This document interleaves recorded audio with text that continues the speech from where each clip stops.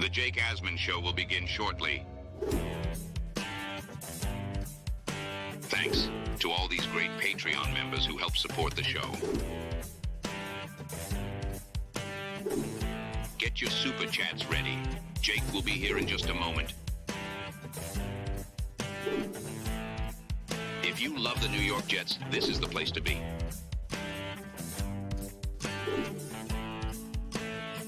And now, the Jake Asman Show. Is the best yet to come for the New York Jets offense. Nathaniel Hackett was asked about that earlier today. We'll talk about what he said and much more. Matt O'Leary joins the show. Ladies and gentlemen, it is the Jake Asman Show. Let's hit it. New open and get it started. Man, our Jets are primed for a historic season.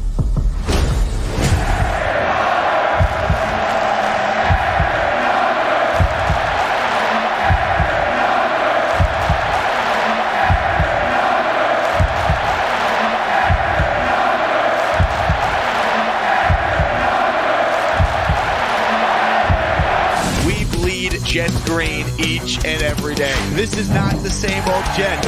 We have Aaron freaking Rodgers. We have Garrett Wilson. Let's go. We have Breece Hall. Please subscribe and hit the like button below. Super chat, baby. Cut the line. We have Sauce Gardner. We have Quinnen Williams.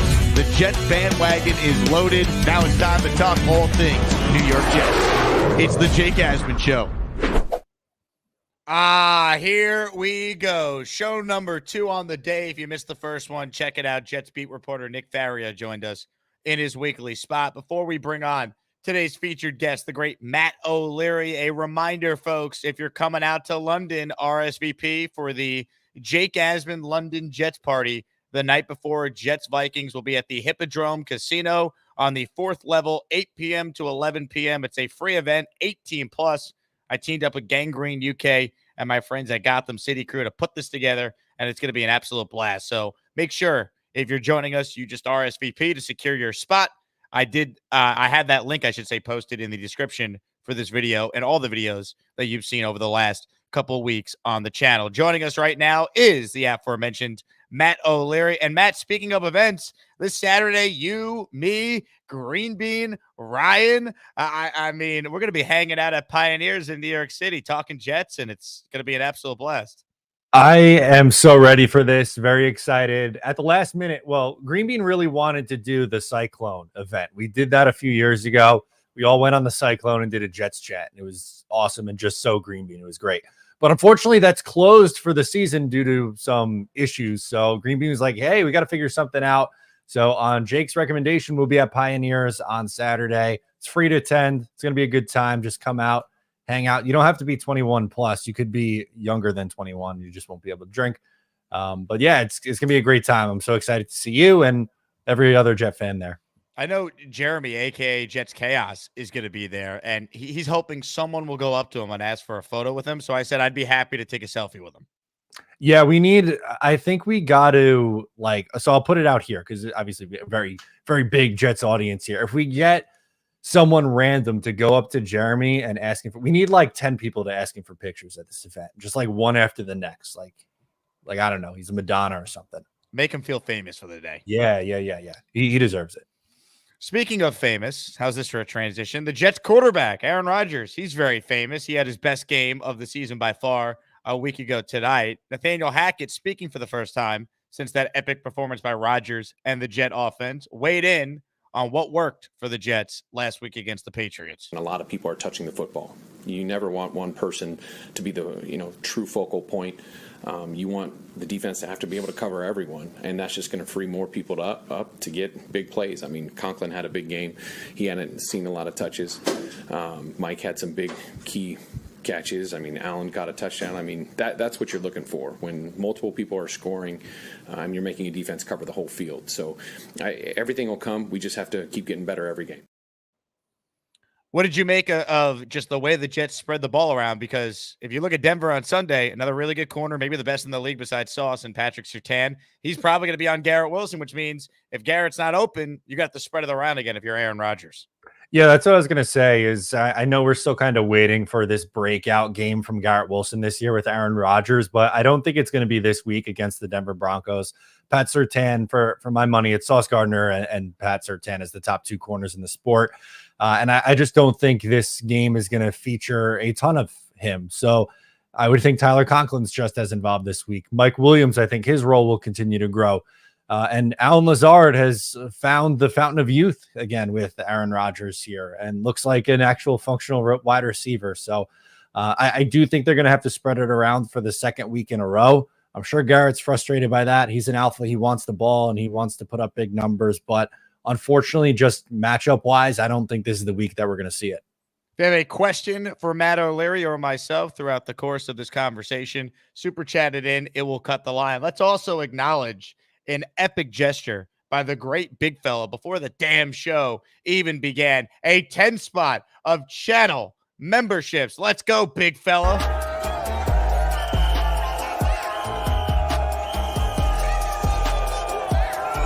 This fan base in the NFL. These guys are out of their mind. This fan base is incredible. Here we go. Courtesy of the big fella, the following listeners are now as maniacs: Drub Cabra, Philip Hannon, Elmo Jets fan, Derek Blaney, Antonio Amoroso, JJ the Jet Plane, Bobble Nick, and Carlos Reyes. Oh, wait, there's more. TriStar Jet and Luis Cardova, all receiving channel memberships. Bobby Midnight wants in on the membership gifting. You kidding me? He gets paid by YouTube the other day, and he's making it rain. Cha-ching from Bobby Midnight. The following listener. A lot of banging. I had the looping on there, so a lot of Mike Breen. The following listener, Ryan Kaza, you're a channel member as well, courtesy of Bobby Midnight. Thank you, Bobby. As far as, this game plan on Sunday, Matt, I look at it like this, like 2-score lead, and I don't think Bo Nix is built to come back from that. It's a very similar game script I think the Jets are going to try to follow from what we saw last Thursday against New England. 100%. I think they're going to come out with some tempo, which I loved. I thought Nathaniel Hackett, to give him a ton of credit, I thought they had a really good game plan going into this one against New England a week ago today. And I think we see something very similar against Denver. They really, really struggle running the ball. So they're not really a time of possession team. Bo Nix has actually been their most efficient runner. And I've been surprised how much they've asked him to throw the first 3 weeks of the year, 35 plus throws in each of the first 3 games. So, for me, I think the plan would be try to get out to an early lead, force them into having Bo Nix to have to throw, but then that's when the Jets pass rush can go to work. And we've seen what Will McDonald's done the last 2 weeks and how good he's been in the rest of the unit. So I think that's the recipe for success. 100%. Now, as far as like the defense against Bo Nix, to me, the one difference between Brissett and Nix is certainly more mobile. Like, he's their leading rusher through the first 3 games. So I think the Jets have to be prepared for Bo Nix to try and use his legs to extend plays. That's like what Levis did, but Levis gave you the 2 turnovers. Brissett more stationary, and he's not going to turn it over. Like, I think Nix is probably somewhere in between like Levis and Brissett in this game. Yeah, I think that's a good comparison for it because we have seen Bo Nix like to check it down, which is, you really can't say the same thing about Will Levis, but he runs significantly more than Jacoby Brissett does. So I would think we see a spot where Will Levis had a couple turnovers in week 2 against the Jets defense. I think they're going to be able to create turnovers again against Bo Nix, just again, because I think the Jets go up into a lead. Denver has to throw to get back into this game. And I don't think Bo Nix is ready for that. On the Jets offensive line side of things, Morgan Moses expected to be out 2 to 4 weeks, not going on injured reserve, which means he's not going to miss at least 4 games. They don't think it's going to be that long, which is a good sign. What are your thoughts on Olu Fashanu? And also, how about the fact Aaron Rodgers compared Olu to DeBrickashaw? What'd you make of that? I was thrilled with that comparison. I would sign up for Olu Fashanu having a career as good as what Brickashaw Ferguson did. Just a steady left tackle for a decade for this team. I think very underappreciated by some Jet fans. But moral of the story, Olu, I am more than comfortable with him having to come in. That's why I was glad that they worked him on the right side in training camp because – yes, Tyron Smith is injury prone, but Morgan Moses missed time last year and he had off-season surgery. So I was concerned about him missing time too.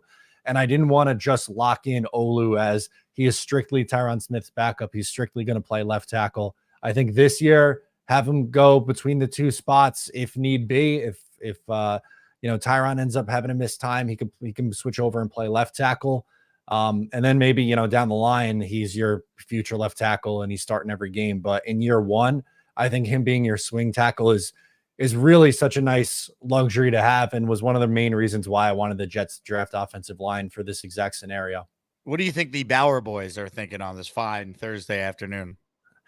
Yeah, look, I get it. Brock Bowers is awesome. He would have been a lot of fun in this offense, but I think the safe play was offensive line, and I don't know. They're probably spinning it into the Jets could have plugged in a third-round offensive lineman in there who's just going to be as good as Olu. I think that's significantly more risky. I don't buy it, but Brock is great. I don't want to hate Brock Bowers.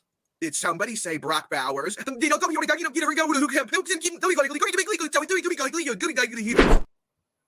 Yep, I agree with you on that one. Shout out to the Bauer boys. You know who we're talking about.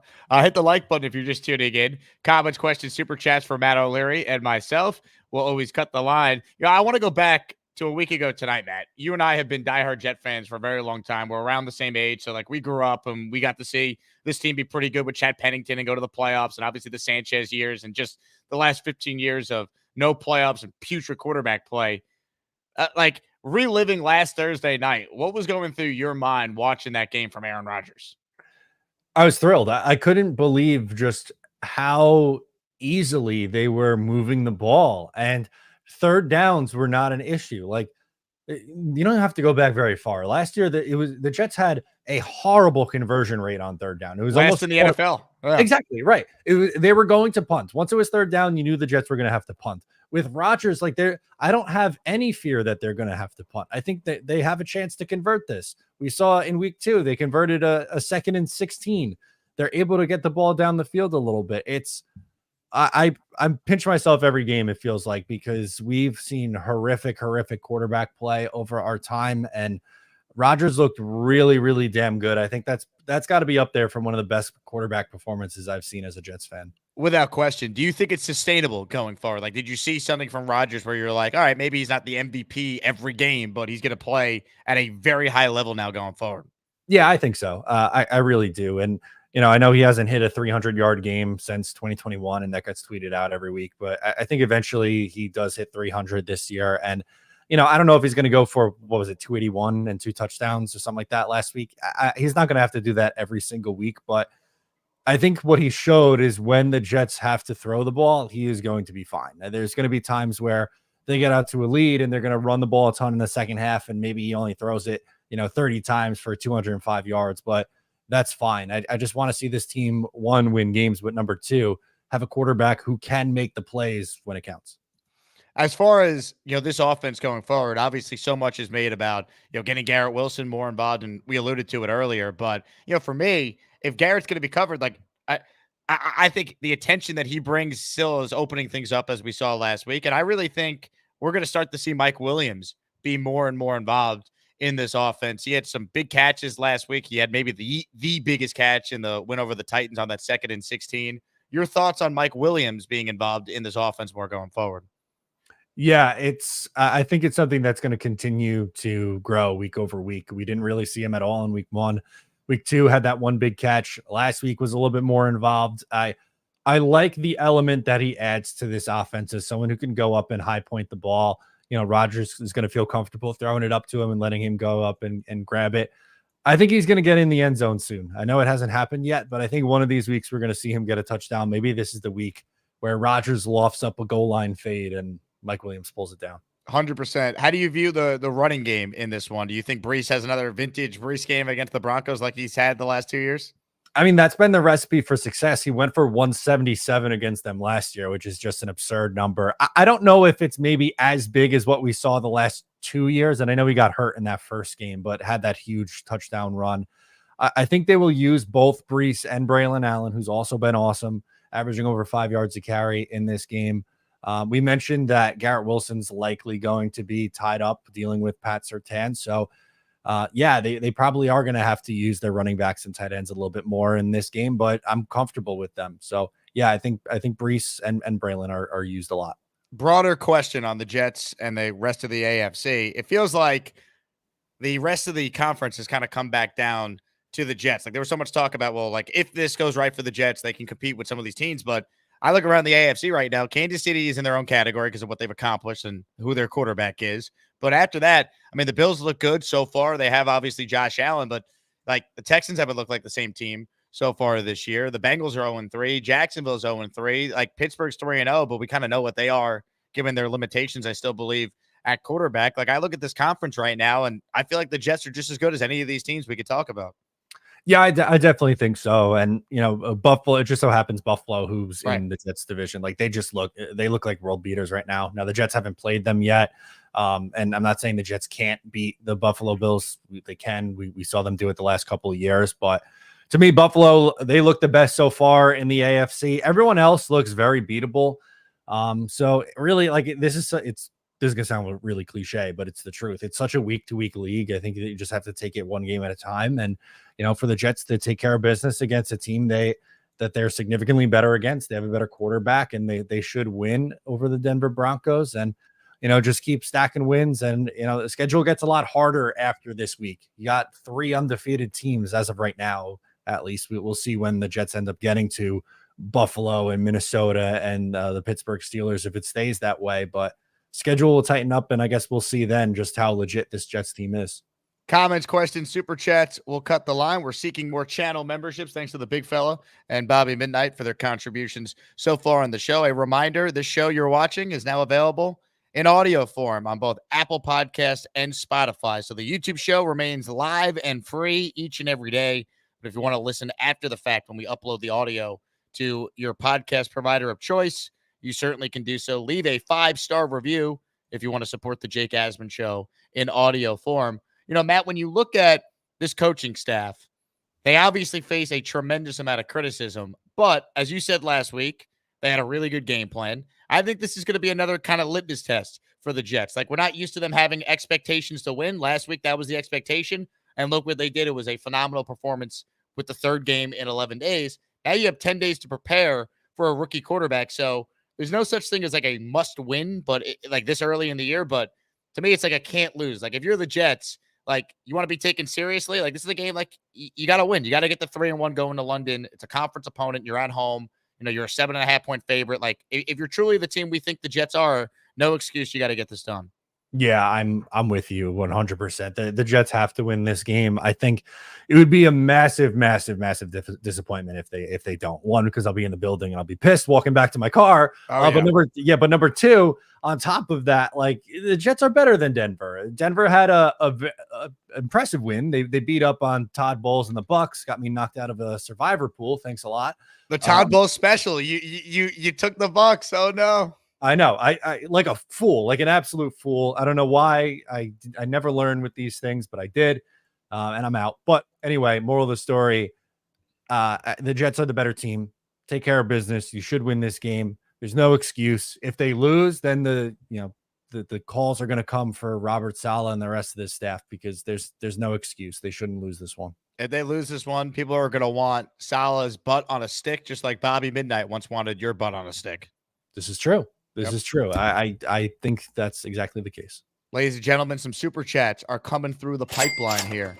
Here we go. First one I see on my screen has come in from Adam, who says, we thinking Mosley moves closer to the line as a downhill guy and let the young linebackers take over the sideline coverage responsibilities. I don't know if Mosley's going to play on Sunday. He didn't practice again today. He said that he's not coming back unless he's 100% because he doesn't want to re-injure it. Realistically, if I'm the Jets and Mosley's not 100% healthy, I wouldn't play him. They should be able to beat the Denver Broncos without him. And Jamie Sherwood looks really good. So you could get by another week without CJ, who's 32. Keep him fresh. Let him play in London against the Vikings. You'll need him way more for that game. Yeah, I feel the exact same way. This week, I'm in no rush to bring him back. I think I'd be almost surprised in a way if he did play. Now, when he does return, I like the idea of the Jets using base personnel a little bit more with the 3 linebackers and having Jamie and Sherwood out there. I think that could help save Michael Carter a little bit, who's dealing with an ankle injury and will be for the rest of the year, according to Robert Saleh. So I'm about it. And, Mosley at this point in his career, he's not going sideline to sideline. He's not good in coverage anymore. So you need guys like Jamie and Sherwood and Quincy Williams. Steven NYC in the house. He says, so great seeing you two goats on the same show. Let's go.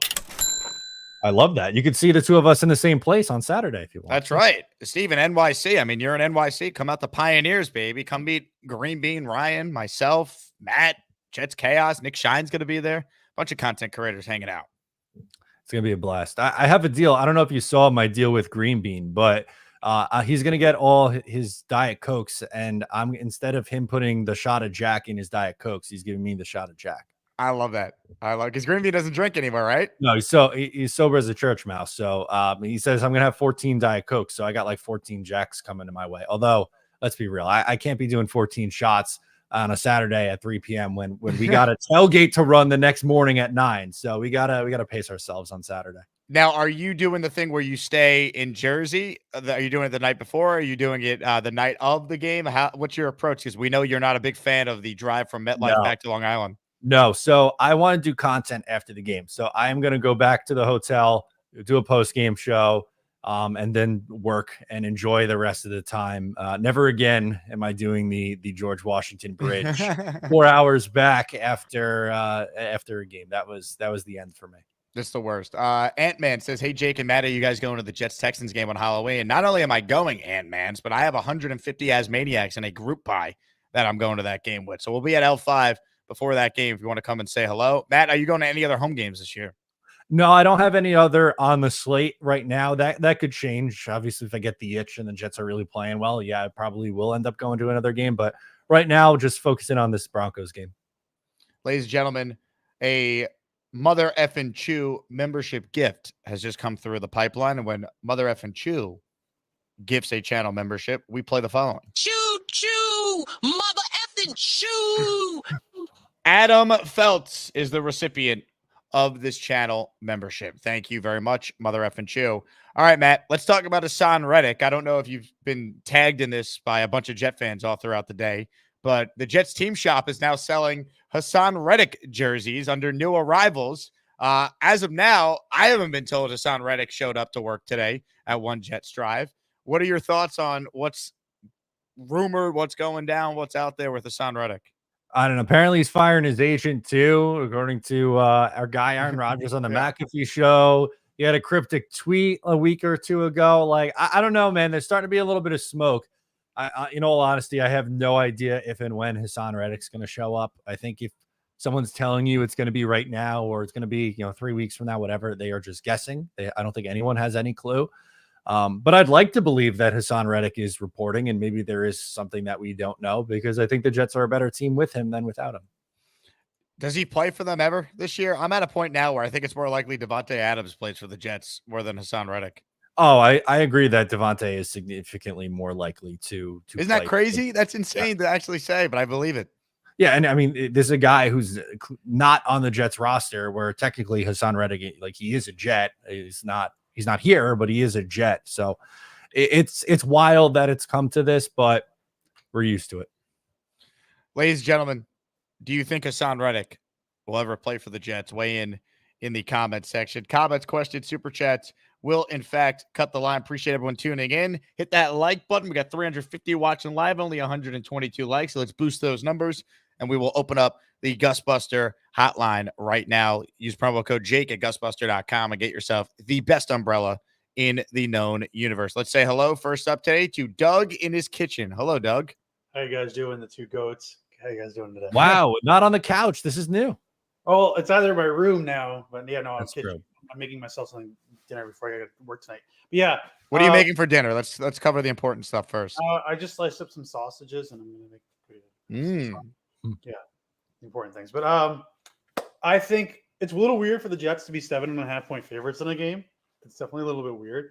We're not used to that. So I don't know if we'll cover the spread, but I think we'll win pretty easily. Like, I could see them like back the Broncos, maybe backdooring or something.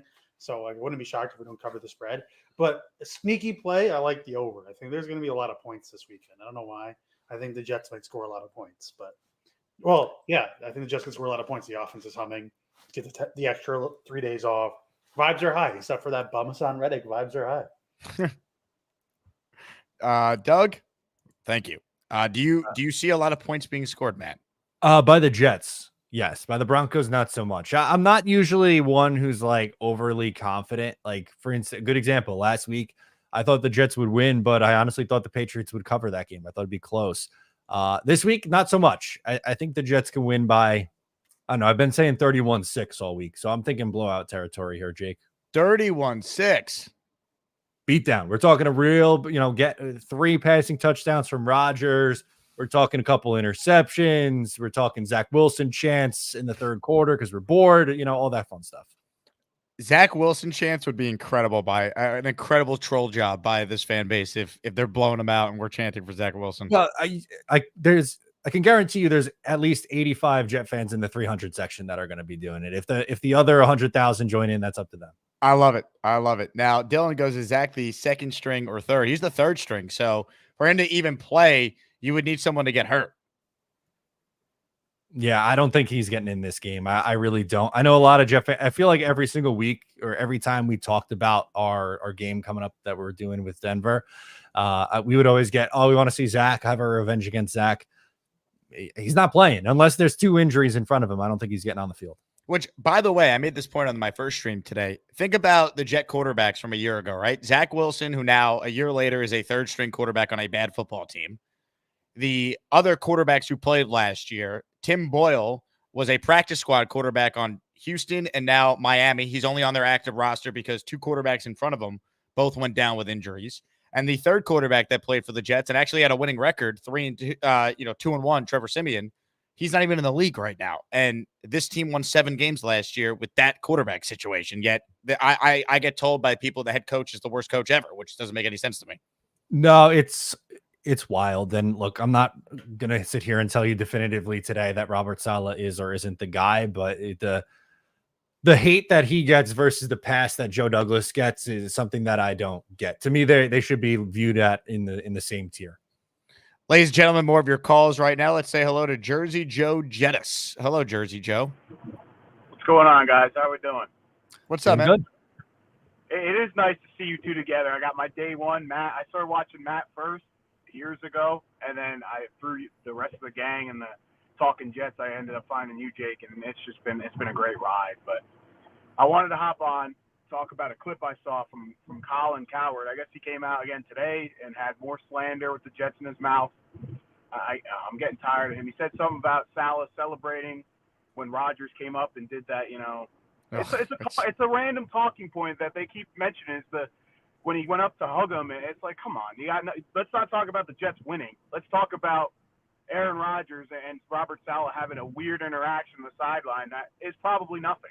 You know what I'm saying? Of course it's nothing, yeah. But they need something to talk about because they can't rip Rodgers' play on the field because he was sensational. So let's try and dramatize a situation that's a nothing burger. Yeah, I got the 20 on 20. Hey, there you go. I used code Asman. But my man. But listen, Colin. Hopefully the haters, when it comes, December, January time, people stop talking about the Jets as much in a negative way and more of like all right, they could be going places. Maybe a February talk. You know what I mean? We'll see though. But thanks, guys. Have a good one. Jersey Joe, I appreciate it, man. What did you make of the Saleh Rodgers sideline thing that was a big deal in the eyes of some?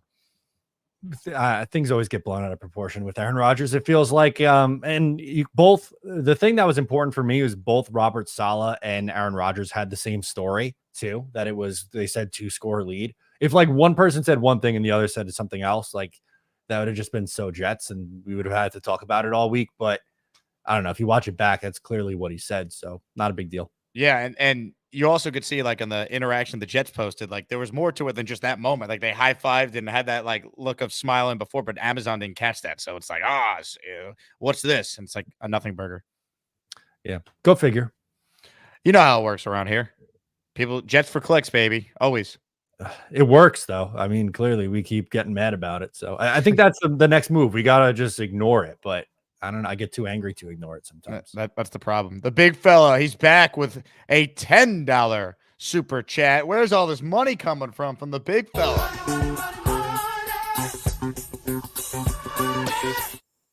Here's a way too early to ask question. When Rodgers eventually retires, do the Jets trust Hackett with Jordan Travis or another young rookie quarterback? I mean, Do the Jets trust Hackett? I mean, they're going to have to say yes. Do we as fans trust Hackett with a quarterback that's not Aaron Rodgers? No, but I guess we'll worry about that when it happens. Yeah, that's for me. That's a very cop-out answer, but I'm going to steal it. We're going to worry about it when we get there. I think if once Aaron Rodgers calls it, if the Jets just want to amicably part ways with Nate Hackett, I wouldn't be upset about that.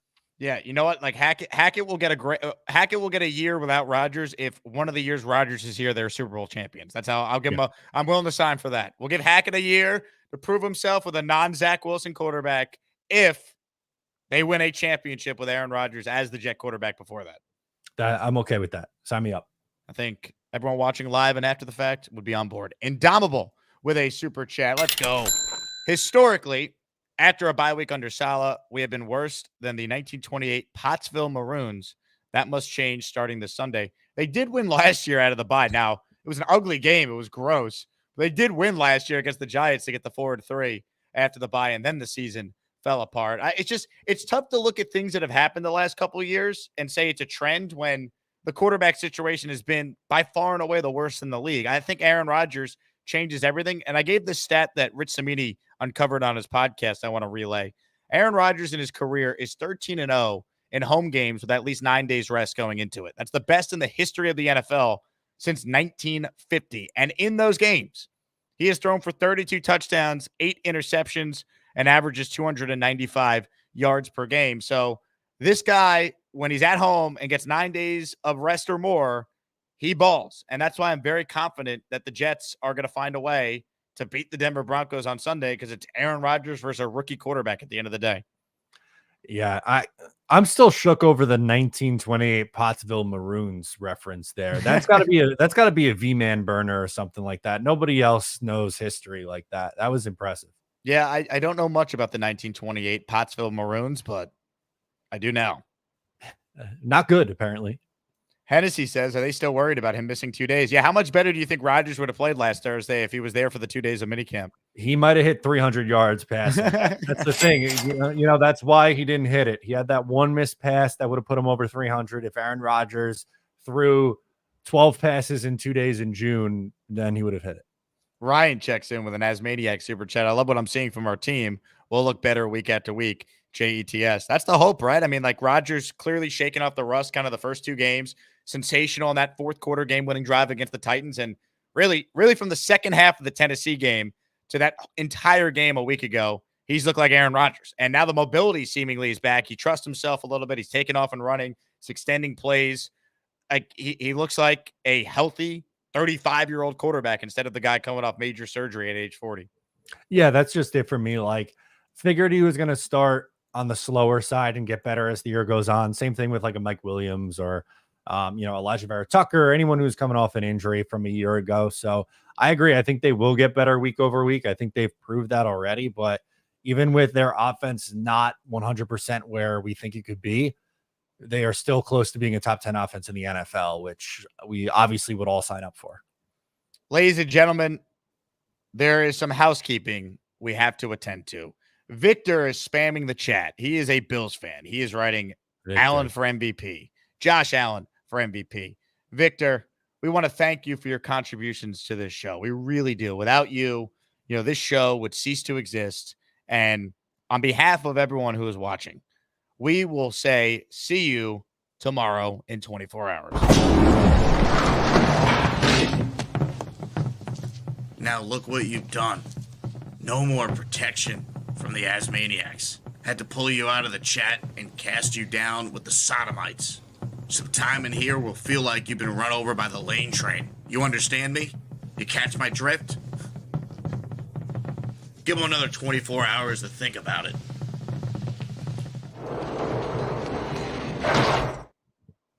Enjoy the sodomites, Victor. We will see you later. Ladies and gentlemen, more of your calls right now. Let's say hello to the great Kyle Clifton, who's on the line. Hello, Kyle.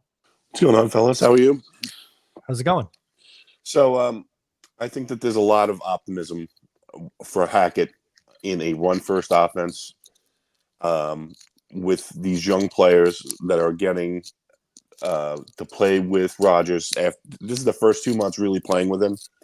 Now you're getting into the third, the fourth, fifth month playing with him every day since camp. You're going to really start to see this team blossom. I have great hope for it. As far as the player that won't be named, God only knows if he's going to show up at this point. If you can't reason yourself into a position out of a position that you didn't reason yourself into. So there's a good chance that he won't show up. That would be greatly detrimental to him because you don't want the contract to toll. But I guess we're going to see in the next 4 or 5 weeks or so. As far as Rodgers and Hackett and a young quarterback, I don't think we have to worry about that. We're not going to allow Rodgers to ever retire. I like that idea. Dude, Aaron Rodgers at 60 is better than any quarterback the Jets have put on a field the last decade. We're getting very comfortable with competent quarterback play here. Let's stick with it. Yep. I appreciate your patience with my COVID, guys. I'll talk to you later. Kyle, feel better, man. I'm sorry you're dealing Kyle. with the COVID there. That stinks.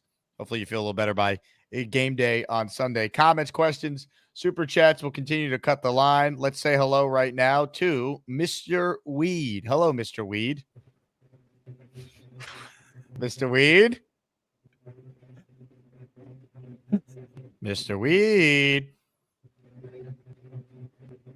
Ladies and gentlemen, Mr. Weed. Now, I love the South Park reference. Back in my middle school days, Matt, there was a thing called Kick a Ginger Day. Did you experience that at your school? You're trying to tell me about Kick a Ginger Day? Please, come on now. I was going to say that I know that episode caused some damage for like a 12-year-old Jake Asman, because the same thing was happening for Matt O'Leary at Southside Middle School that was probably happening with Jake Asman in Syosset too. It's funny. It was you were at the Southside Middle School. I was at South Woods Middle School. Perfect. Yeah, there you go. Yeah, it was tough. I remember I went to a homeroom early, and the great Mr. Connolly, James Connolly, big Islanders fan, by the way, Matt, you'd love him. He was like, what are you doing here so early? I'm like, it's Kick a Ginger Day. I'm tired of getting kicked. My friends are annoying, so I'm in here. He's like, what do you mean? I had to explain to him that there was this Kick a Ginger Day thing, and everyone who like started the Facebook group to do it, they got thrown out of school for the day, which was hilarious. That's great. I wish that happened at my school. I got tormented for that day. Damn. Were you always tall, Matt, by the way? Like people were kicking you despite you being very tall? Yeah, I was tall, but I was a string bean growing up. I didn't put on pounds until college. So I don't know. I'm a pushover. What can I say? I'm not a fighter. I'm a lover. I see. Ladies and gentlemen, more of your calls. Let's say hello right now to Indomable on the line. Hello, Indomable. What's going on, Jack, man? How you doing? Matt, what's up, man? Two legends right there. Love it. Yeah, no, I'm not a burner. The 1928 Pottsville Maroons, one of the worst teams in the history of the NFL. I'll take your word for it. Hey, let me tell you something. For these people talking about Nate Hackett, I mean, the only reason why Hackett is here is because of Aaron Rodgers. If not, he will be working at the electronic department at Costco, man. We all know the guy needs like a superstar for him to perform. Like, he reminds me a lot like Eric Bieniemy and other coordinators that once they leave like that big name superstar, they are still serviceable coordinators, but they are not as impactful. So I think Hackett, I don't see him doing well with a rookie quarterback or a quarterback with less experience and less talent than Aaron Rodgers. Have a great day. Go Jets. Indomable, appreciate it. Look, I don't even want to think about life after Aaron Rodgers right now. You know, like it's too good. Why would we want to give this up? I hope he plays this way for 5 more years. Exactly, man. If he's having fun, we're having fun. That's all that matters. Ladies and gentlemen, let's say hello right now to someone who knows a thing or two about Aaron Rodgers and greatness at that position. We say hello to Jerome, the Packer fan. What's up, Jerome? What's going on to all the ass maniacs? You do know that you and Matt look a lot alike, man. I know that y'all have to be brothers. Not all of us redheads are the same, Jerome. Yeah, but here's the thing. Rodgers can steer down. Y'all have a quarterback that can steer anybody down in the NFL. And I'm going to expect that you guys, Denver, the butt whooping that y'all put on, who that y'all just played? The butt whooping that y'all just put on the Patriots, it should really manifest against Denver. Because each week you guys are getting better and better and better and better. And so I expect the breakout game where everything is clicking on all cylinders. I expect a 30-10 butt whooping against those against the Denver Broncos. And yeah, we're going to be on route to this 14-3. It's definitely evident now. It's definitely evident now. Aaron Rodgers can stare down the gun with anybody. So y'all have nothing to worry about. Y'all have nothing to be afraid of. Jerome, from your lips to God's ears. Great call. Jerome's been on the 14-3 bandwagon for the Jets since January of last year. I hope he's right. I really do. I'm might be the most insufferable person on the internet if the Jets are 14-3. Yeah, if they're 1 seed, are you kidding me? It's home playoff games, 2 wins to get to the Super Bowl. Oh my God, imagine. No, I can't. I can't no. Ladies and gentlemen, let's check in right now with Vic, who's on the line. Hey, Vic. Vic? Vic, we can't hear you. Vic? Hey, Vic. How's it going, Vic? We can't hear you. We see you, though, man. You kind of look like you're Rose in Titanic, spread out on the couch. Is Leo going to paint you like one of his French girls? No? What do you think? Vic, try and call back and reconnect your mic. We'll see if we can get you on the show. You never know what's going to happen when you go to the calls, man. That's what makes the show wild. Poor Vic, man. He was just trying to get his point across, laying on his couch. Look comfy. He had some passion. I'll give you passion right now. Ladies and gentlemen, joining us on the line is someone that Matt O'Leary, I would say, knows very well. There was a misunderstanding a couple months back. It has since been rectified. We say hello to Bobby Midnight. Well, I need to find Matt O'Leary. He's supposed to come on my show. I want his butt on a stick. Bobby.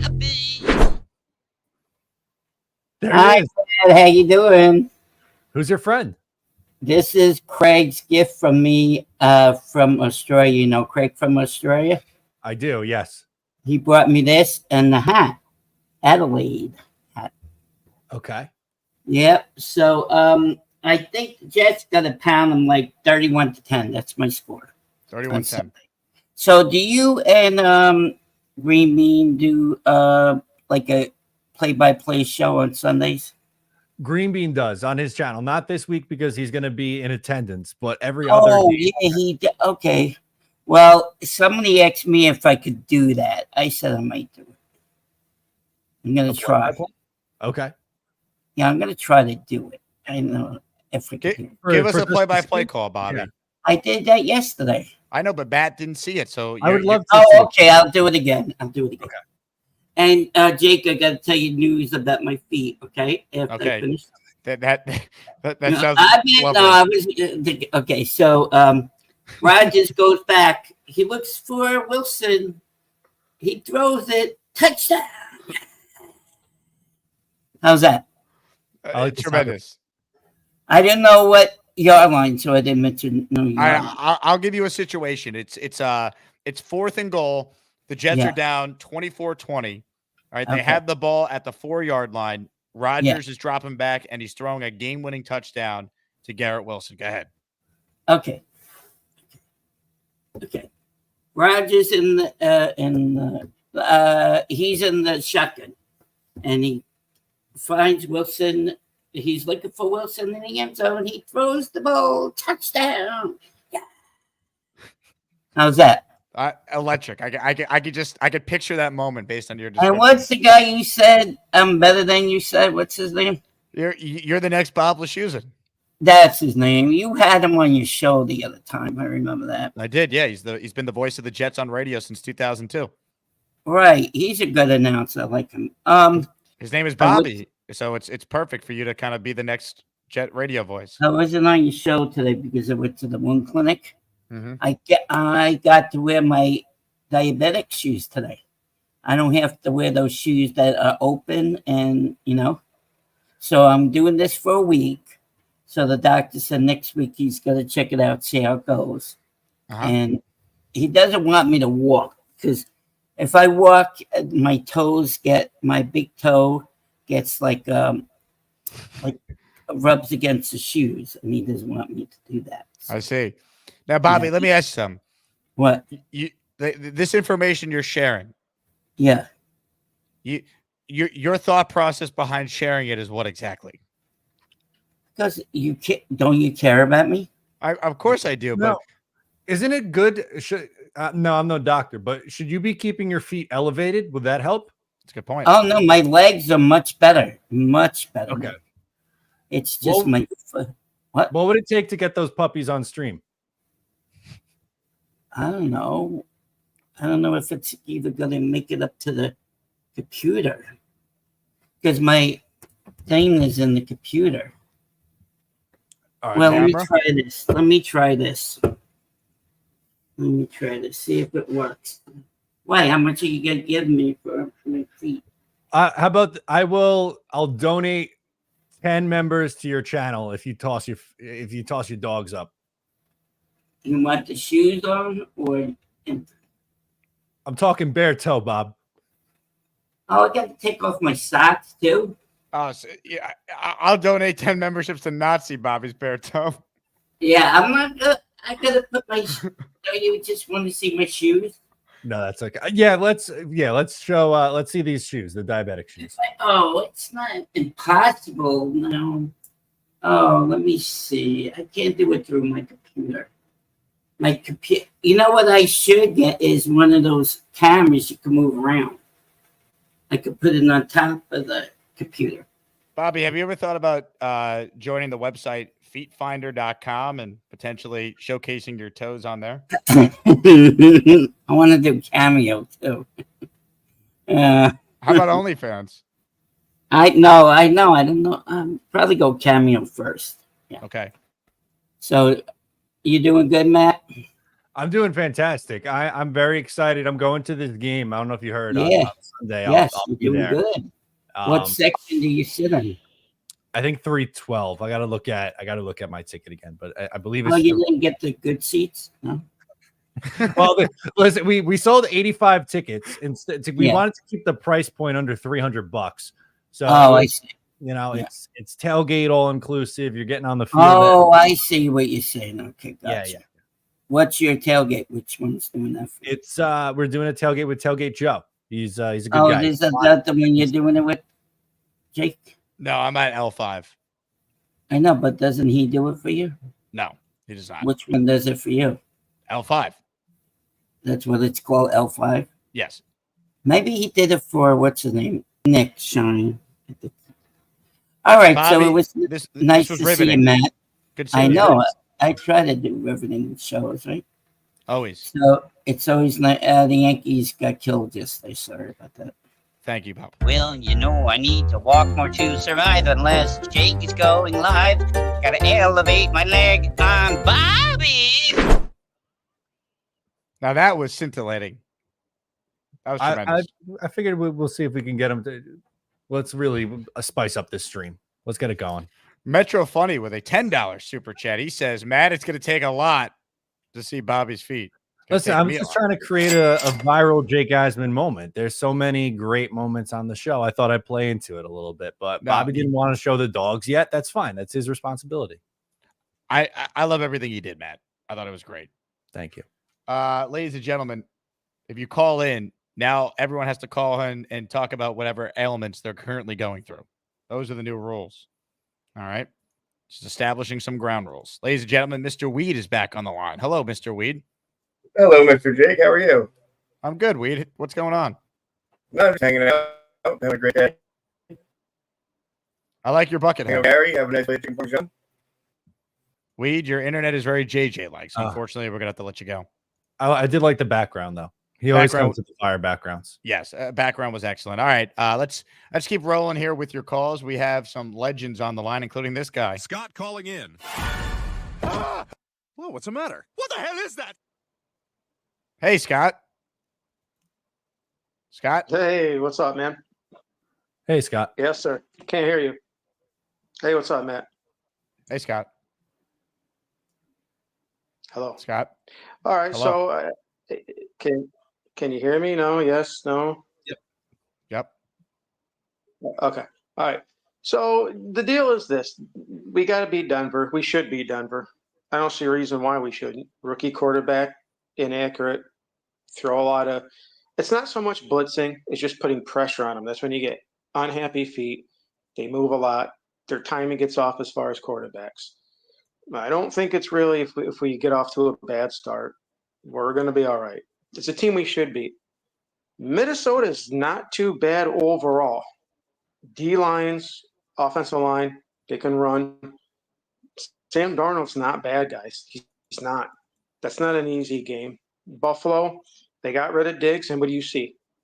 Josh Allen, still running. You see Kincaid, the tight end, receivers. You're seeing them run the ball. Distribution of it. And there's going to be times when guys like Brees Allen, it could be his game. It could be a Wilson game. You might not see because of the talent, the amount of games, 17. If you're going to, not get the first seed, it's 20 to 21 games you got to play. So a lot of guys, it could be just one game where there's no Wilson, and then he's boom, you see it. So what do we have now? We have a team at all levels, behind the line, up to like 20 yards plus is where most of the action takes place.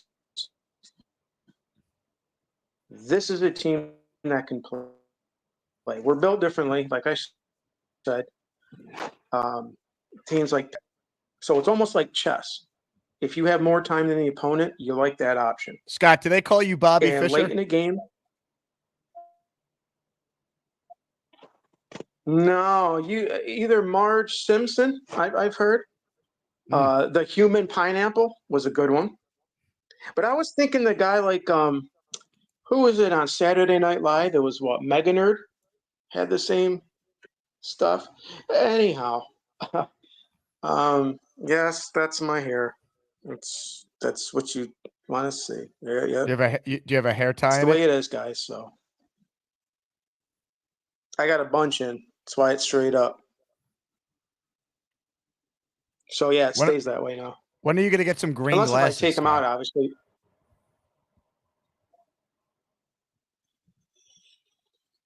When we're in first place, sole possession, there's no need for it now. And I'm going to tell you something else. I mean, Moses, I don't know, sprained ACL. Tyron, you never know what, 9-13 games. Olu comes in. It's what, next man in, Warren or Mitchell. This team is solid. And I think one dynamic that a lot of people don't think about, I mean, because of the new kickoff rule, you're going to see more kickoff returns, right? I think it was the San Francisco versus Cincinnati game. Close game. You get like a 30, 40, 50-yard return, right? You move the chains once with a run, maybe a pass. You throw a 17-yard pass, helmet to helmet, pass interference, or roughing the passer, tack on another 15. You actually run 3 plays, and you've moved the ball down like 40-something yards. A 55-yard field goal is makeable. I'm not saying every game and all that, but you're going to see that, I think, later in the game. That's the dynamic because there's more kickoff returns. And it's a different policy. Who you're sticking out, who we're putting out, who do we want to block, what type of block. So I think that is something to look out to, special teams. Scott, excellent call out of you. You look tremendous. We'll get you some green glasses soon, though. All right. No more of this purple or red. We got to get you jet green. Yeah. Well, oh yeah, and Sean called me the human pineapple. Hey, I don't know if that was kind or whatnot. Oh, that's Max. Hey, Matt, nice to meet you. Pleasure to come on. You too. I enjoyed this Anything call you'd very like much. to say with this wonderful hair? Would you like to say anything about my hair? Feel free. I think it looks fantastic. I like the look. I'm a big fan of the look. How long does it take to get up like this? Are we just talking a quick toss it up, throw a couple of hair ties in there, and you're good to go? Probably like 4 or 5. Yeah. Just like a girl would braid her hair really tight. It's the same aspect. How long have you been wearing it that way? About a week. I just started doing it.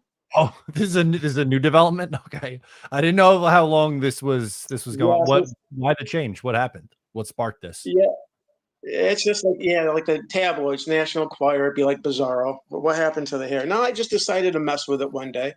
And I said, just took hair tie after hair tie. And I thought, let's see how much we can straighten it out. Just like a girl doing braids. And now we have it. Right.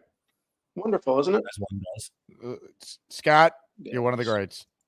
Oh, man. You're really scared of Scott. That hair is fucking crazy.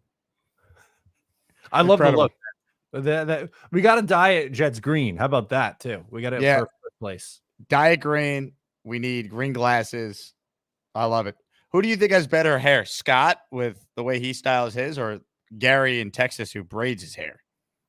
I like the Gary braids. You're pro Gary's braids. I would say yeah. Although we can't knock Scott's hairdo either. Like these are heavy hitters in Jets YouTube world in the hair game. It's well said. A couple more calls. Matt O'Leary's with us for 5 more minutes. Ladies and gentlemen, let's say hello to Rob the Jet fan from Glen Head, Long Island. 3 Long Islanders on the screen. There he is.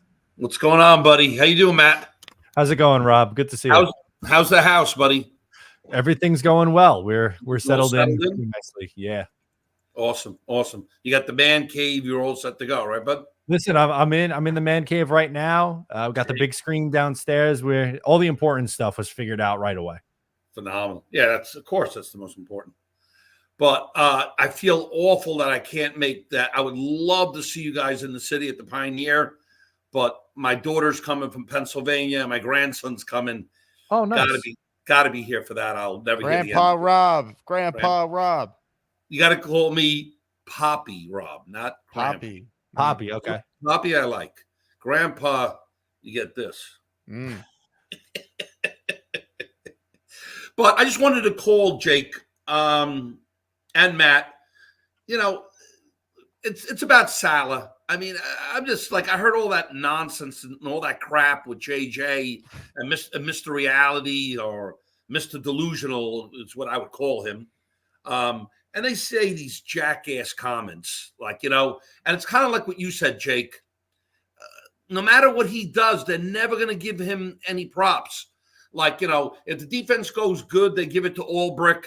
If it goes bad, they blame Salah.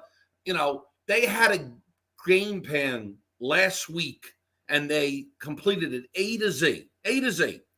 That, other than a couple of little mistakes, Matt, with a couple of penalties and, maybe calling a timeout here and there, which it didn't affect them because they wound up scoring a touchdown anyway. Other than that, it was pretty much a slam dunk, great game plan. But you don't hear people coming out and saying, like, you know what, I have to say the truth. Salah was great last week. You know, he game planned, he was ready, he was prepared to the large extent. All you hear is the negativity. And it doesn't matter. Guys like JJ and Mr. Reality and all these people, and we got rid of one jackass in Allen, thank God. I don't understand these people. I miss Allen like I miss hemorrhoids. I don't miss an asshole like him, you know? Other than maybe I shit a little bit better. You know, but I mean, come on, stop this bullshit. I mean, people like a glutton for punishment. They like these assholes calling in and stuff, and with all these negativity. You got Aaron freaking Rodgers right now. JJ, you got Aaron Rodgers right now. Okay, they're going off of 10 days not playing. Do you really think that Aaron Rodgers is going to come out and not know what he's doing? He's been playing for 20 years. They have a great roster. He's going to be fine. They're going to be fine. It's going to be 31-13 is my prediction, Matt. Nice. But I'm stoked up. These guys got to shut the freak up. And only one other thing, Jake, can't be telling Bill Parcells to kiss your ass, buddy. He's an OG, man. He was one of our best coaches ever, buddy. I get it, but I'm sick and tired of people always quoting him. Oh, you are what your record said. There's context and nuance to it. You're not wrong. So that's what that it's not You're him. right. It's that You're quote right. that could kiss my ass. More important. Okay, I got you. And you're right. There's nuance behind it and stuff. It's true. There is nuance because you can't say that if you have Zach Wilson and he's what do you call it, your quarterback, or Tim Boyle. That matters. Of course, that matters. So there is nuance. So I agree with you.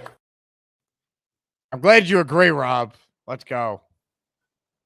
I was just getting annoyed this morning with like people just like with the Salah stuff, and I'm like I like this. Everyone just says you are what your record says you are. I'm like that's not true. Like that's like Mike Vrabel had a worse record than Robert Saleh last year. I think Mike Vrabel was a better coach. You know what I mean? Like it's just not true. There's context to everything, and as you said, nuance is a great word to use. Again, it's I get frustrated when the same cliches keep getting thrown out there too. So I get you on there. Not so much as Bill Parcells as it is that quote. Yeah, it's just a quote that's annoying. Tiara with a $5 super chat. Tiara, if you got a question or a comment you want to attach to this, please do so, and I'll definitely acknowledge. All right, one last call for you, Matt, then we'll say goodbye. Ladies and gentlemen, Steven NYC, who super chatted earlier. He's up next. What's up, Steven? Hey, guys. How you doing? What's going on? I just wanted to make a point that our quarterback made. And it's really what we all have to live by right now, which is dealing with, like, some success. Like, he made a great point. I'm sure you guys have seen his last comments, which were, you know, it's really easy as a team, and we've all been athletes, I assume, right? Like, when you get your ass kicked or, like, you're being put down, you know, us against the world. Did you guys see do you know where I'm going with this? His last presser? There aren't very many fans, people in our organization, coaches, just everyone involved in this exercise that we're all going through, which is another Jet season, that we know if they're going to have an ability to deal with success the way Aaron knows, hey, it's still game to game. We're finally getting a little nice headlines, right? Guess what? It doesn't matter. We beat, a backup quarterback and a rookie coach, and it was amazing. And we're all very confident. Great. But let's all stay focused, right? Like, we have to learn how to win when we're playing well. You guys know, and I know longer than you, in this franchise, how many big wins have we had? And we're like, oh, wow, we're good. And guess what? We aren't good, and we suck, and we took that and never built upon it. So you know what? We should absolutely, for all the right reasons, Aaron's best friend, Nathaniel, we have a lot of revenge for this weekend. But you know what? Let's win. And we probably will, and I hope we kill him. But you know what? Then it's still just the next day. We're not as good as the headlines, and we're never as bad. But as a franchise, as a fan, you guys, me a little longer, we've never dealt with that correctly, and let's hope we are this time. Steven, I hope that makes sense. It does. Yeah, I mean, Rodgers has talked about it because he expects to win. I love the quote last week coming out of the game. Hey, we expect to win. Now we got to expect to dominate. Like, the Jets have never had a guy who could actually talk that way, and we don't laugh at it. It's like it's real. Yeah, he could back it up, right? That doesn't ring the same if it's Zach Wilson or Sam Darnold saying that. We're laughing. We're like, you're getting clowned if you say that, you know? Exactly. But Aaron Rodgers backed it up, went for, over 280 and 2 touchdowns. I'm loving what we're seeing offensively, and I think it's only going to get better. Hennessy with a super chat. Bowers, 3 catches, week 3. Olu had to come in week 3. The Bauer boys, baby. Henny doesn't forget. All right, Matt, I will be seeing you on Saturday. What do you want the Asmaniacs to know about this meetup that you've orchestrated with Green Bean and with Ryan for Saturday? Yeah, it's going to be a good time. Come hang out with us at 3 o'clock. I think my train is going to get in right around 3. So it's like a 10-minute walk from Penn. So I'll be there shortly after. But very casual. We just wanted to do something quick before the game on Sunday. We have a lot of people coming in from out of town. So if you're not doing anything, again, you don't have to be going to the game the next day, or there's no cost to get in. Just come hang out. He's Matt O'Leary, one of the all-time greats. Make sure you guys subscribe to his YouTube channel, Matt O'Leary NY. Follow him on social, Matt O'Leary NY as well. Matt, I will see you in a couple days. Can't wait, man. Yeah, see you in a couple days. Thanks again for having me. Ladies and gentlemen, the great Matt O'Leary with us there. Good job by him. Like the video if you're tuned in live right now. Let's get over 200 likes. We're at 352 people watching live, only 190 likes. Let's get over 200. Hey, reminder, I've been asked, where do you get this hat? jakeasman.com/shop, jakeasman.com. We got a bunch of items in the merch store. Check it out. And if you're a Patreon member, you'll get 15% off. Take advantage of that if you are kind enough to be a Patreon subscriber. All right. If you have any Jet-related or NFL-related questions for me, write them in. Appreciate everyone tuned in to the show. A lot of your calls still coming up. I do have some open phone lines if you click the Gus Buster hotline link and you want to be a part of the show. So we will take some of your calls coming up. But first, a quick break, and then we get right to it. Keep it right here. It's the Jake Asman Show on a Thursday afternoon. And the pick is in. Here to announce the 13th pick in the first round of the 2023 NFL Draft. Representing the Jake Osmond Show, here's Gator McCluskey. With the 13th pick, it looks like we have a trade with the Green Bay Packers. I'm going to pass out.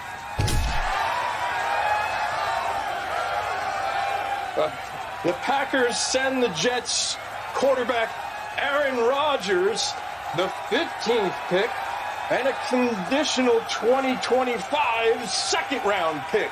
The Jets send the 13th pick quarterback Zach Wilson along with 6 months of free Netflix along with these Burger King coupons. And now for a special announcement from Jake Hasman. There's consequences to saying dumb things on this show. FM, you're going to the Shadow Realm, bozo, for life. See you never.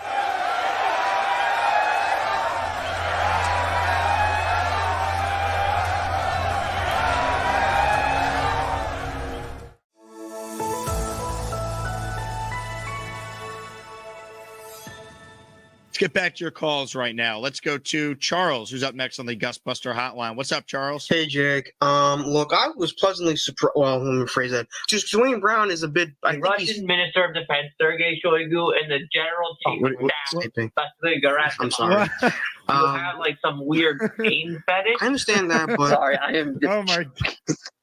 Hypocrite's a bit much. And honestly, I don't. Oh, what, no, they don't need that. I'm sorry. Oh my God. I'm sorry.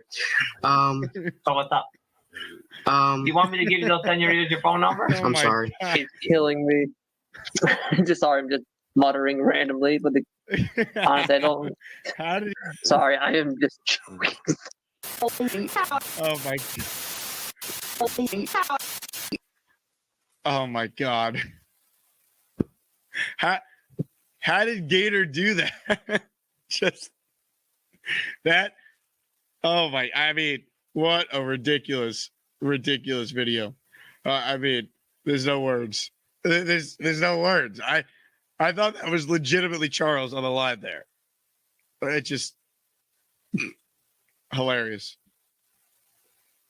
I mean, I don't know what to say. All right, back to the calls we go. Assuming this is a real call, let's go to Craig, who's up next on the Gusbuster Hotline tonight. Craig, are you a real person or are you a robot? Mate, I'm in Australia. Of course I'm real. What's up, Craig? Gator, is there anything he can't do? That's my question. I mean, I was fooled there, man. Like, that was unreal. I thought I was going to Charles, and it was just wild what just happened there. Hey, Robert, thanks for taking my question. With Zach starting again Sunday, does he have any compromising photos of you or someone else in the organization? No, it's a fair question, Jake. I'm going to take the fifth on that one. What the hell is this going backwards bullshit? You don't go backwards. You throw the ball out of bounds with your big goddamn arm, and you go back in the fucking huddle. No, it's a fair question, Neil.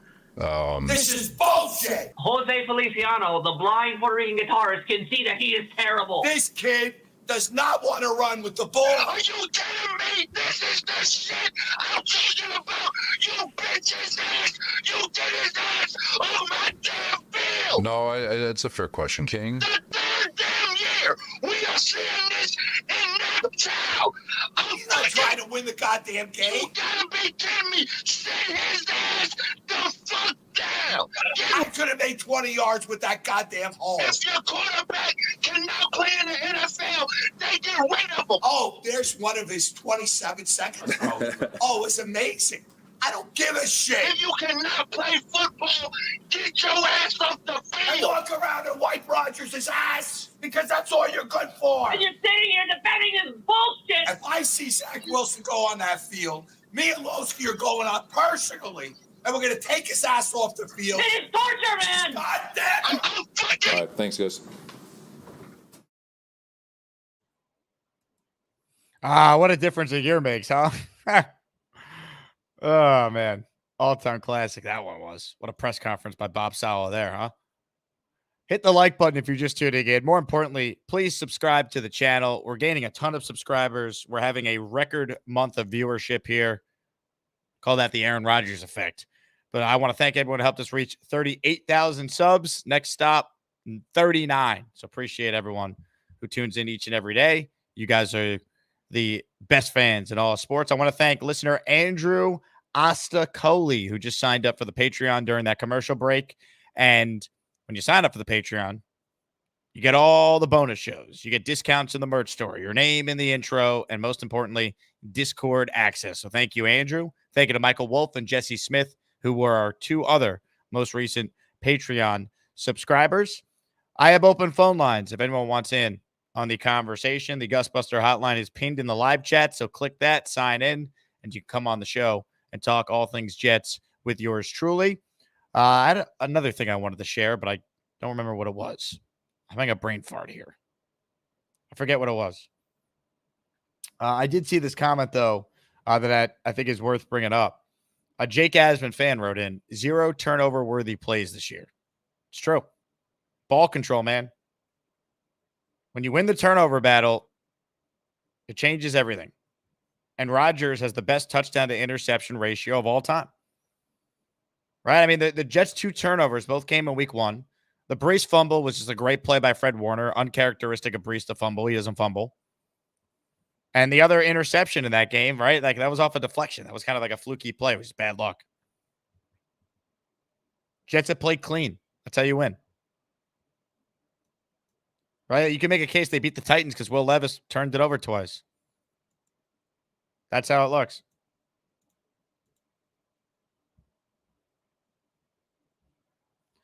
Ladies and gentlemen, let's get back to your phone calls right now. I appreciate everyone tuning in. Hope you're having a wonderful week. It's been a week since the Jets last played. Still got a couple more days to go. But we will make it, Jet fans. We will make it. B-Mac. Look at my TV. B-Mac. I love Aaron Rodgers. Jets. Go Jets. Hey, B-Mac. Hey, how are you? I'm good, B-Mac. I'm probably doing better than your internet is. Yeah, I know. I'm sorry. I gotta figure this stuff out. But it's good to be back on. Sorry for the hiatus. Been a little under the weather though. But I'm back. First of all, I'm looking forward to this weekend. You know what I mean? I'm looking to kick the Denver Donkeys' butt.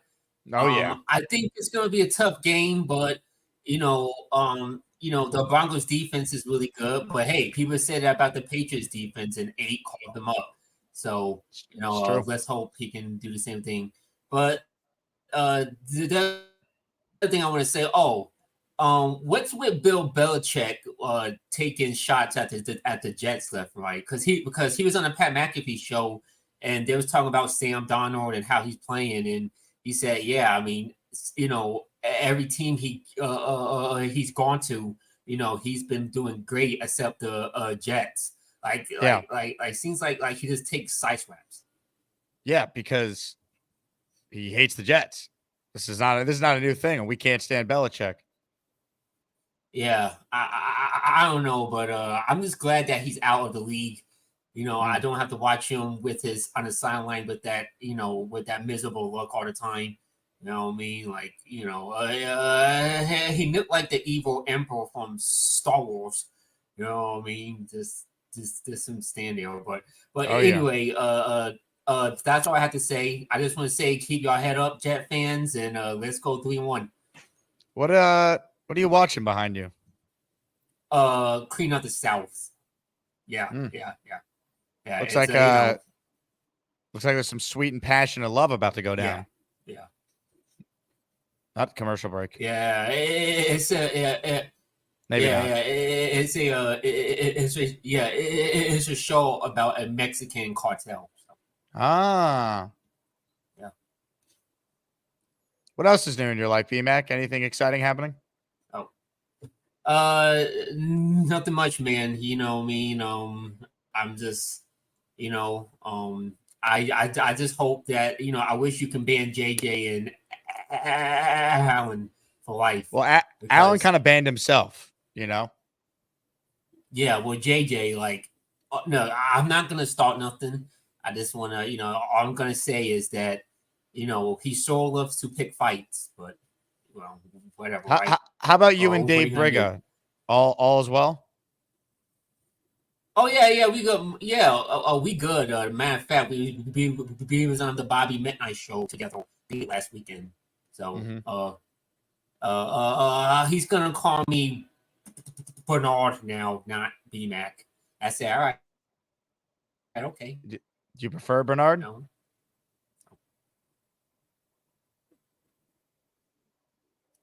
I don't care. I mean, you know what I mean? BMAC, I prefer BMAC, but hey, for us to keep this, our new friendship intact, I just let him say whatever he wants. I see. Well, it's a beautiful friendship. It's an honor to watch it grow. Thanks, Jake. You got it, B-Mac. B-Mac. Hey, you hater guy. Allen sucks and JJ can kiss my ass before I wipe. JJ was in rare form on the first show today. We got into it. JJ already worried about this team coming out flat on Sunday. Can't we just relax a little? Just take it easy. Emmanuel says Jet Nation should always be united, not divided. I agree. But there are some in the fan base who aren't actually Jet fans. Like Allen. JJ actually is a Jet fan. He's just negative. Allen, I don't think actually is a Jet fan. He'd rather root for him to be right about this GM and coach than root for his team to actually win.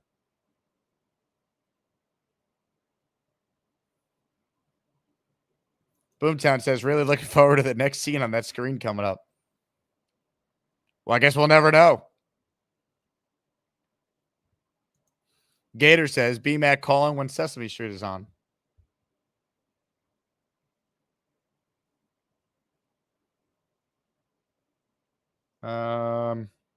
Just catching up on the comments here. A lot of people weighing in on the TV program or movie, whatever B-Mac was watching there. All right. Comments, questions, super chats. Do a little ask me anything before we wrap up the show.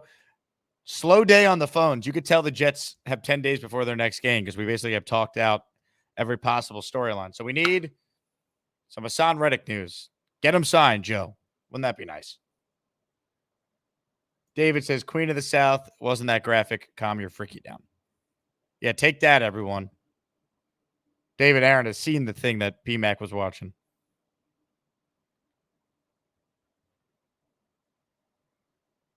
Tom A says, I don't have letdown worries with Rodgers captaining the ship. I agree. And I think the fact that Tampa lost the way they did to this Broncos team bodes well for the Jets to not be flat coming out Sunday. They're not going to overlook Denver after Denver's coming off a win.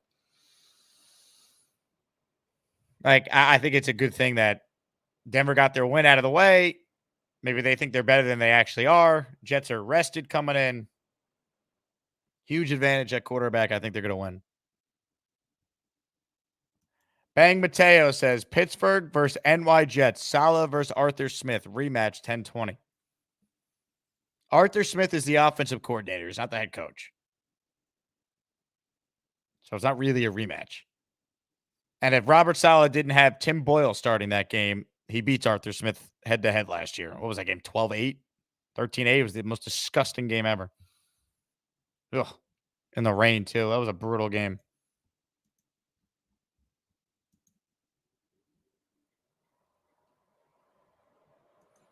Gator writes, and the Penguin on HBO Max is great, and Zach Wilson might not be good. He's probably not a good quarterback. Zach Johnson says, hey, Jake, did you see the conspiracy that Hassan news is coming tonight? The Jets drive coming out at 7. The jersey's in the shop for Reddick. One Jets drive being released has nothing to do with Hassan Reddick. I promise you that. Now, Hassan Reddick's jersey being listed in the team store under new arrivals, it's interesting. It's random. I don't know if it means he signed a deal. I don't know if Joe Douglas is like, all right, we're about to sign Reddick. Let me call the team store folks and make sure they get the Reddick jersey ready. I don't think it works that way, I would love it if it did. I don't think it does. But nothing with Hassan Reddick has made any sense, so I don't know.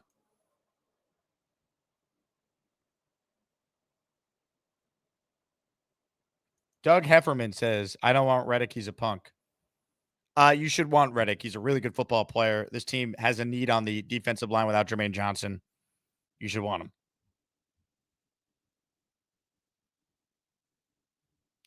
Gator says the Reddick thing's total BS. It was a link to a custom jersey. It actually wasn't. And I went and checked myself because there were like mixed reports about that. We'll check together right now. Watch. It was actually a real thing. The difference is I don't think it means anything. But watch. We'll go to NewYorkJets.com together. We'll look through it. We'll see what's going on here. Right? We'll hit shop. By the way, how nice of the salute to serve it. This hoodie is awesome. I wish it wasn't $100, but this is a fire hoodie. I will acknowledge. But anyway, you go down the shop, you hit new arrivals. You scroll down a little bit. And you'll see one of the jerseys listed. Oh, did they take it down? Oh, wait, it's not there anymore. I swear to you guys, I looked at this before the show, and Reddick's jersey popped up right after Conklin, and that's not here. Maybe someone with the Jets website or at Fanatics was trolling, and that's what that was. And the Jets got wind of it and shut it down. Because I swear to you, before the show, right here was the jersey for Hassan Reddick. Now it's not there. Interesting. It's gone. I promise all of you, I did this before the show. I checked myself, and it was there. Wow. Let's see if we go under jerseys, if we can find it.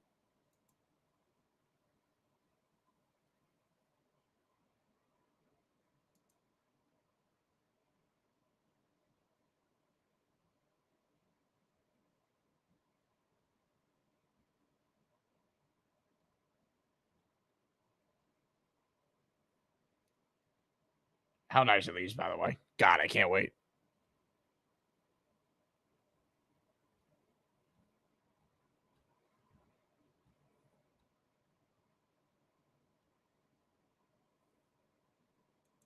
Yeah, Reddick not listed anymore. He was earlier.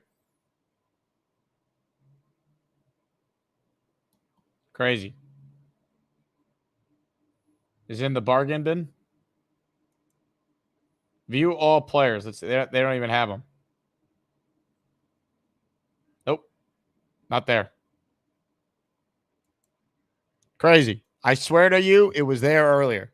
I think someone at Fanatics or with the Jets, someone was trolling for the sake of like getting attention. There was some sort of oversight. KJ in Colorado next up on the Gusbuster hotline. What's up, KJ? What's up? Yeah, I was going to say maybe they were trying to burn the inventory while they could still get it at full price before he's not on the team and they have to put him in the bargain bin. But I think what's going to happen, I think this is going to go all the way to the deadline.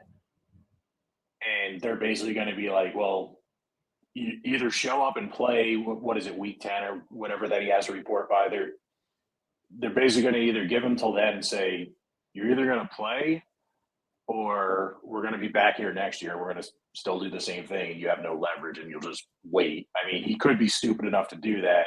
The other move I could see happening is it won't be an AFC team, but if some NFC team is willing to overpay for him, but we're not going to trade him now because we're not going to get anything back. But you've seen Joe Douglas fleece people in the past. So maybe by the deadline, there's an NFC team that's desperate enough for a pass rusher, and maybe he could fleece somebody for him. But I think those are the two ways. Here's the thing, though, KJ. Hassan Reddick would have to change his stance that he's only playing if he gets a new deal. Like, if he's willing to go somewhere else, like Matthew Judon did without a new contract, then maybe they could get something for him. But until we know for sure, Hassan Reddick will report to a team that acquires him without necessarily getting a new contract. I don't see why anyone would give you anything for him in a trade, because it'd be the exact same situation the Jets traded into. Are there other teams, though, that are dumb enough that would just give him the deal, though? Like, I know obviously the ownership in Washington's different now, but that would totally be like a Dan Snyder move years ago. Obviously, Dallas doesn't need a pass rusher, but like Jerry would do something stupid like that for a player he needed. Obviously, pass rush is their problem, but they have tons of other problems. But I feel like there's somebody out there that would maybe do it because they're just dumb enough owners and dumb enough organizations where, rightfully Joe Douglas isn't going to pay him that because, probably after this offseason, we're giving big contracts to Garrett and Sauce. They'll probably Not until there's a clear understanding on what he wants and if he'll play. Because like you're not like here's the thing. Like the Jets took a chance with Reddick, being like, we'll get him in our building, we'll work something out, and he's going to need to play because he needs to put up a big season to get paid. Now the team acquiring him would be acquiring a 30-year-old pass rusher who hasn't played all year. No one knows what type of shape he's in. When you acquire him, do you just plug and play him right away and he's good? It might take him some games. So then like you're getting what? Maybe like 6 to 8 games at the most of like good Hassan Reddick, you think? Like I just don't think there's really any value there. I'd rather just hold on to him and set the precedent that we're not going to allow this to happen. Yeah, none of it makes any sense. It was like the worst. Like if he did fire his agent and it was the agent telling him to do this, like good because that agent's an idiot. But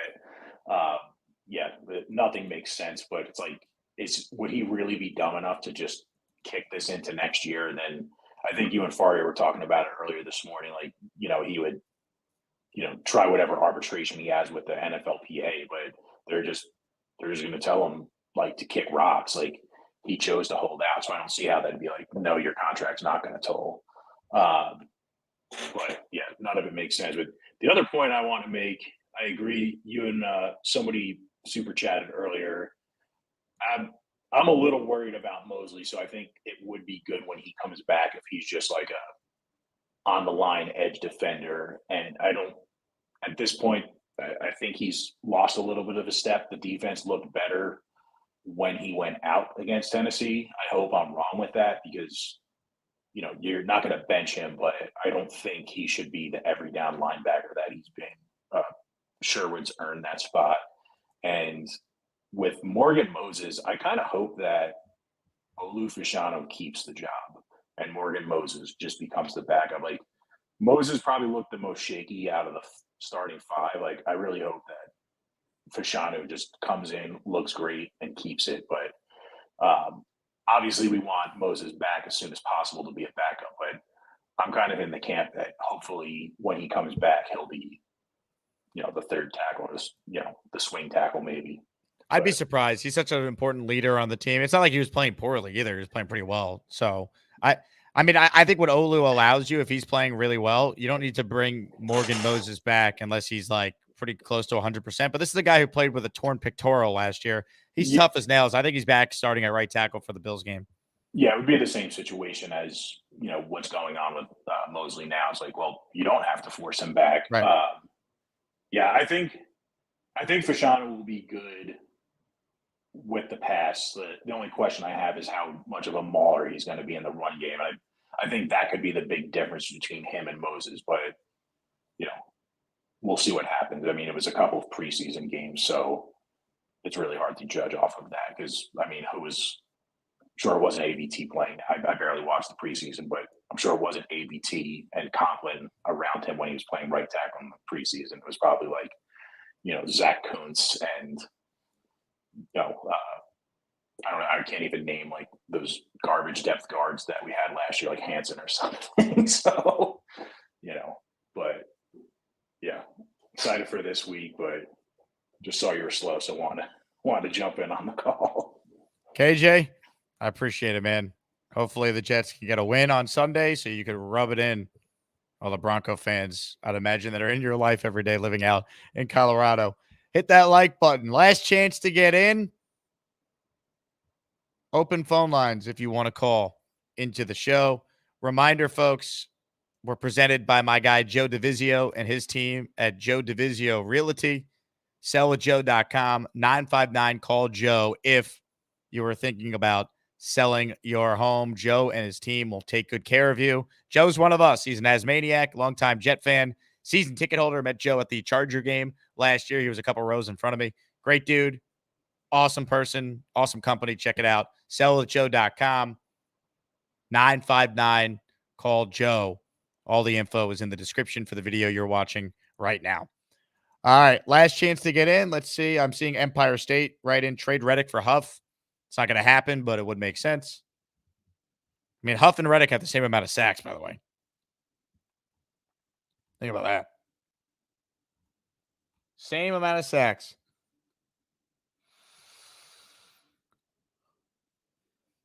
Terria South Road with a comment here. He had a super chat earlier. Here's the comment from it. Hey, Jake, I think we have a lot of good things working for us. We need to take one game at a time, use the players that are playing the best of the positions they're playing in, and I believe in Salah. Look, I think the Jets' mentality needs to be not looking ahead. Anyone can be beat in the NFL. We've seen this, right? The Jets have had some wins with Zach Wilson at quarterback. We know crazy things happen. But they're better than Denver. They should handle their business with 10 days to get ready for this team, facing a rookie quarterback. Team on the West Coast, playing on the East Coast. I know they stayed in West Virginia this week. But it's a game you got to win if you're the Jets. No excuse. Final call is Frankie Castle. Frankie, what do you got for us? Hey, what's up, Jake? I was just taking a little nap. I'm just finally glad that we're actually playing the Broncos in New York. This is like the third year in a row. So it's a pretty good game. They played Denver 4 years in a row. Remember, they played them with 4 Darnold. years? Yeah, the Adam Gase year they played them, right? It was a Thursday night game when Brett Rippon beat them. 2021, they got destroyed. They didn't score. I think they lost 30-0. Zach Wilson played quarterback that day. Yeah. Then 2022, they won. Brees obviously had a huge game and got hurt in the game. AVT went down as well. Same thing last year. They won in Denver and lost AVT. So this is now the fourth straight year they have played the Denver Broncos. How does that happen? We played them in Denver like 3 times, right? Yeah, 3 of them have been in Denver. So the way it works is it's just based on the Jets and Broncos basically finishing in the same spot in the standings division-wise. Oh, yeah, that makes sense. Yeah. And then 1 year the Jets were scheduled to play the AFC West. That was last year. So, like they were slotted in the same spot as Denver that many times in a row. And you play every 4 years, you play, a set division. So that's kind of how it worked out. That's interesting how that happened. But I'm glad we're finally playing them in New York. And, man, just let AVT sit that game out because I just don't feel comfortable with AVT playing. But anyways, I think that, we don't look past Denver because a lot of Jets fans are like, well, we should just blow them out of the water. This is the trap game. We got to play Sam Darnold on Monday, and then we got to play the Bills on Monday Night Football. So obviously we got to handle the Denver game, and we have to win that game because after that, the next 2 games get a lot harder. And I just really want to see how the Jets look against the Vikings because outside of the Niner game, I think this is another true test for us until we go to Monday Night Football with Buffalo. And hopefully we can hold our own against these teams and actually brush the haters off and show them that we're a legit contender. Yeah, look, they gotta handle their business, Frankie. Well said. Don't overlook them, but you have a significant advantage at quarterback. You're home. You have the rest advantage. You gotta win. That's the bottom line.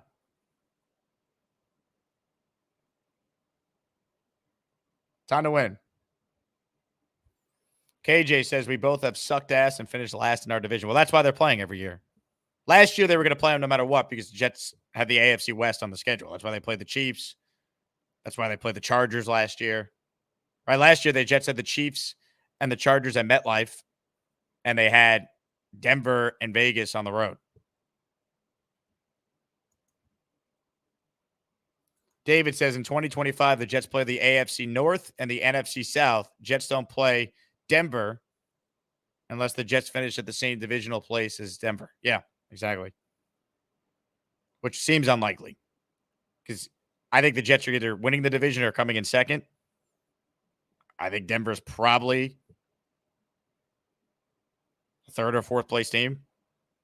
So they shouldn't see Denver next year.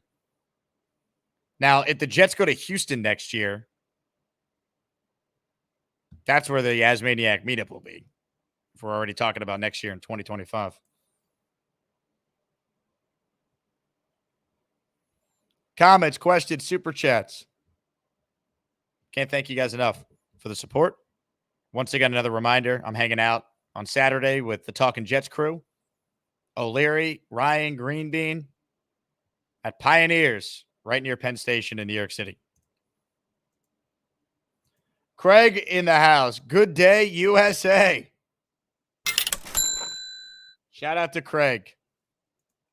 Craig, you missed Bobby's call earlier this show where he couldn't wait to show Matt O'Leary the stuffed kangaroo animal you gave him.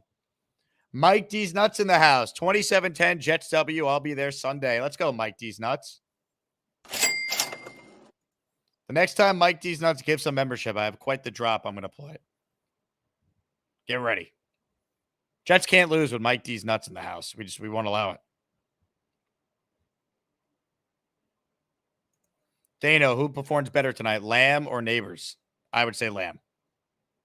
AD Pugnut at the buzzer with a 5 spot of channel membership. Boom. Money.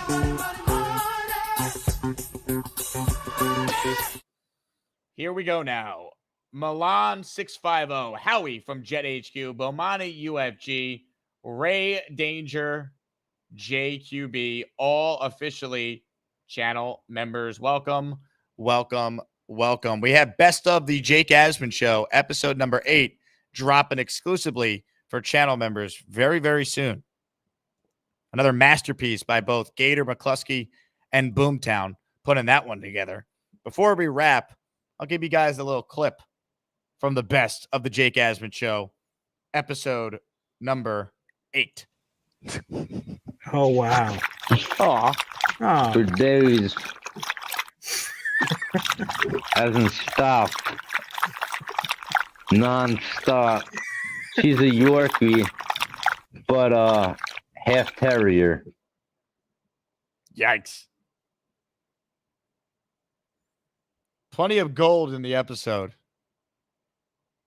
Plenty of gold. Including the greatness of Robert C. Ladies and gentlemen, joining us right now is someone with the greatest camera quality you will ever see. Robert C. is up next. Hello, Robert. So I try to pull up your channel on YouTube. What the Jets need to do is win. Robert, thank you for the call.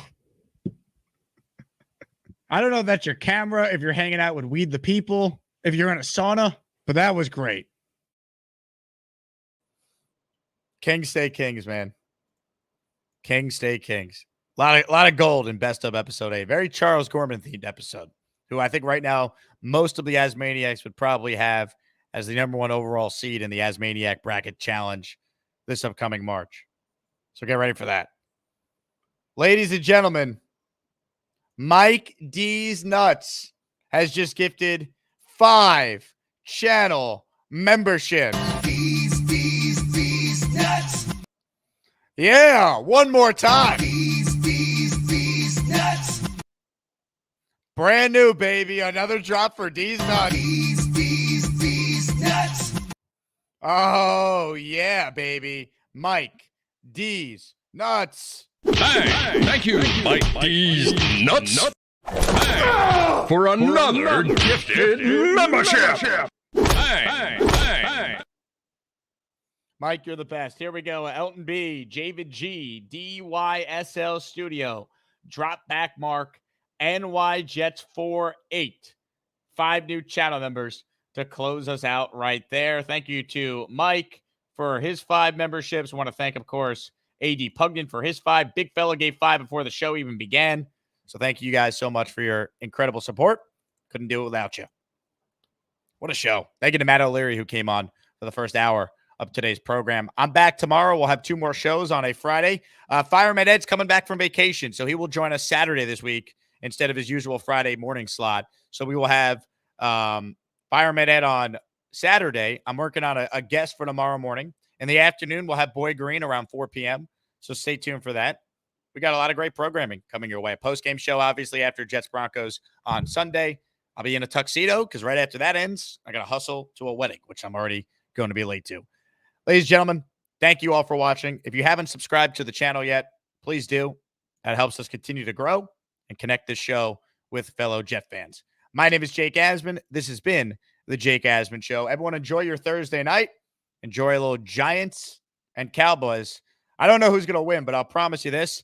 MetLife tonight will not be nearly as loud as it was a week ago tonight. That's a fact. Enjoy the game. I'll talk to you guys soon. JETS, Jets, Jets, Jets.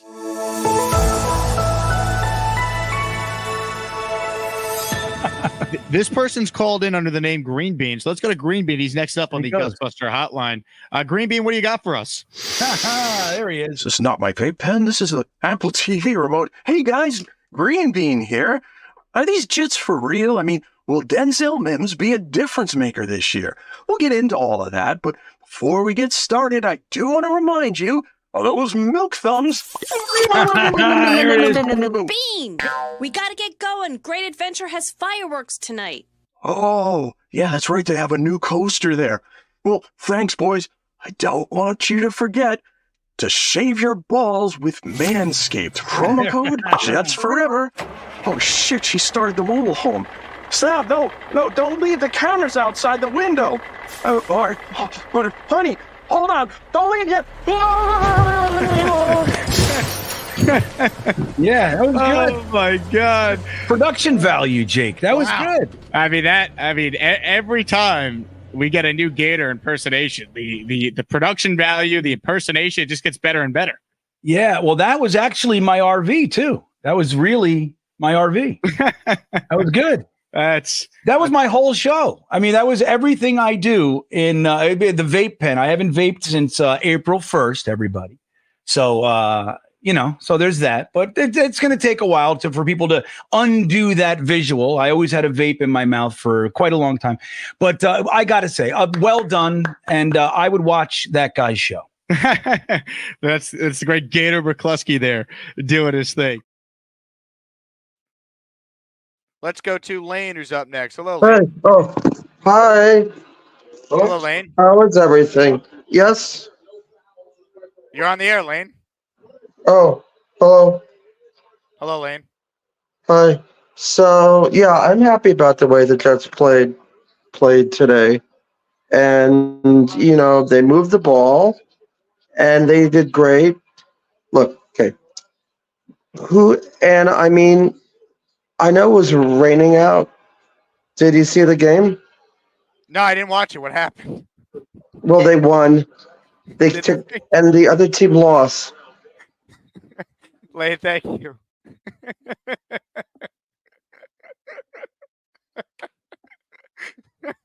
Come on, man. That can't be a real call. Lane, call back anytime, man. The Jets won today, by the way, folks. I don't know if you guys saw the game.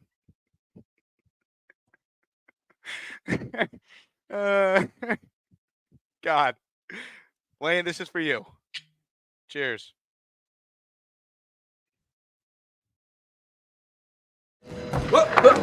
Here I come. Here I come. Boom! We're trying to change this whole attitude around here. We're trying to build something special here. Get these fans to believe in us. They've been tortured for a long time, but it's great to be a Jet.